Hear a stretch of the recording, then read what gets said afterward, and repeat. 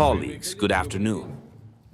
Today we will begin a series of traditional special working meetings, during which we will analyze the key parameters of the next state arms program. Its implementation period is from 2027 to 2036. At this time, it will be the main guideline for the development of the arms system for the entire military organization of the country. That is, for our armed forces, other troops and military units in special services and departments. It is the most important tool for the formation of their new quality in the fourth decade of the 21st century.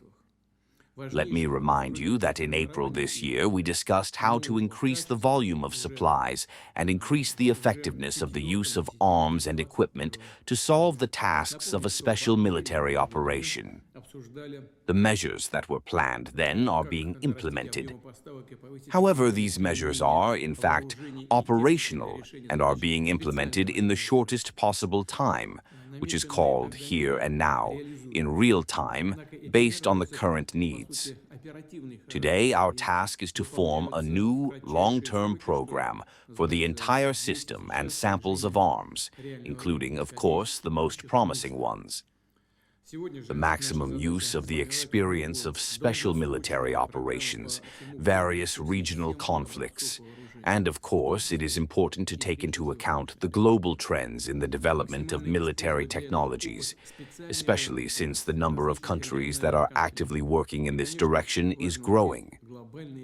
This reflects the objective processes of the formation of new centers of technological, scientific, and industrial development in the multipolar world.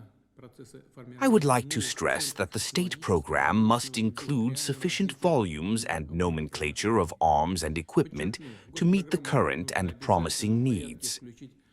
In order to do this, it must be tied to the terms and measures of the Russian defense and industrial complex program. It is obvious that the focus of the new state program should be on the creation of the most modern systems of arms. When I spoke about the development of the defense and industrial complex, I immediately recalled that we took the necessary steps in due time in order to now be at the same level, yes, with the well-known issues and problems, but still at the same level as we are now.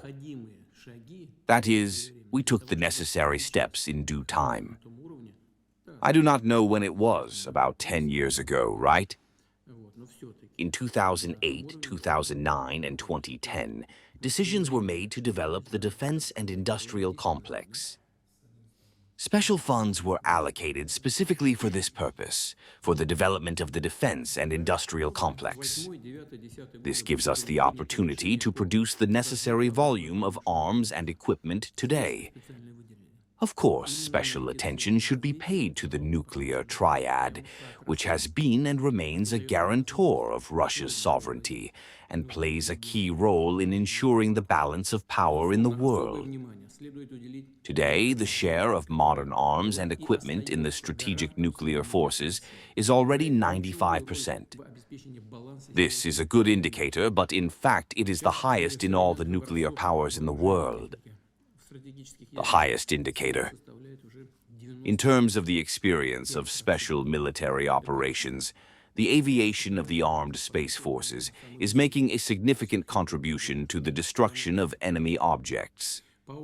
Therefore, a comprehensive system of systematic and consistent measures to create procurement for the needs of the Russian armed forces, modernization and repair of aircraft and aviation equipment must be provided. At the same time, land forces dominate the forces in carrying out modern military operations on any scale and intensity.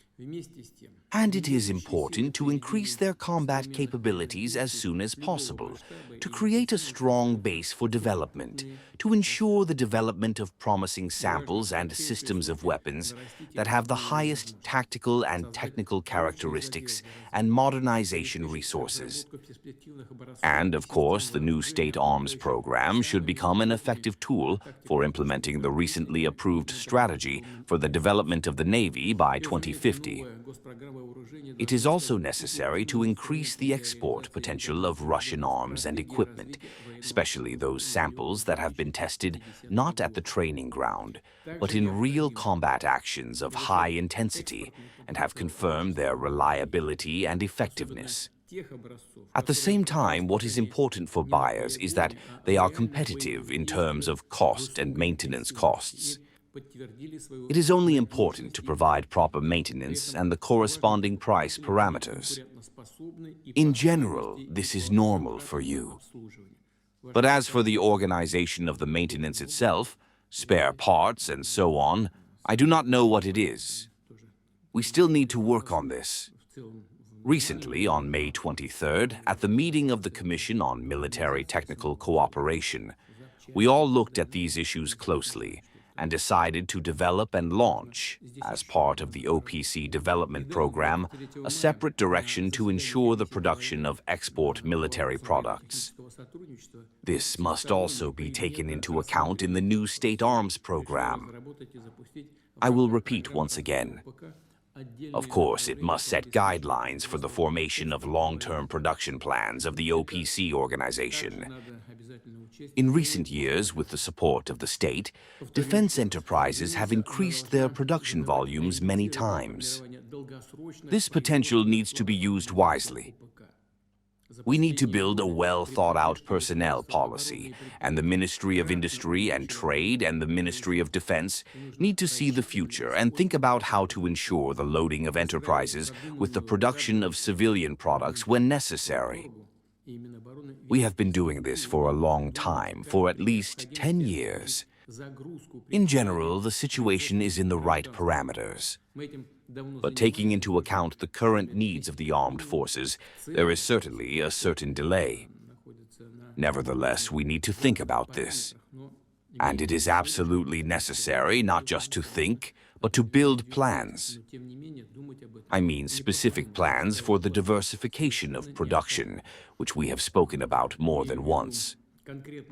As I have already said, the experience of working in this area is sufficient. And, of course, the events of the state program must be clearly coordinated with the plans for the defense and construction of the armed forces, with the mobilization plans for the economy, and with other documents for strategic planning.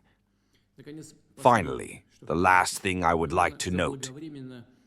It is important to calculate the needs in a timely manner and start preparing the infrastructure for the placement of new arms systems, including bases, arsenals, airfields, and so on.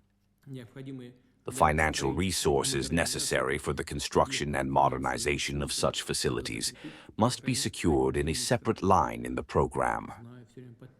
I know and sign these documents all the time.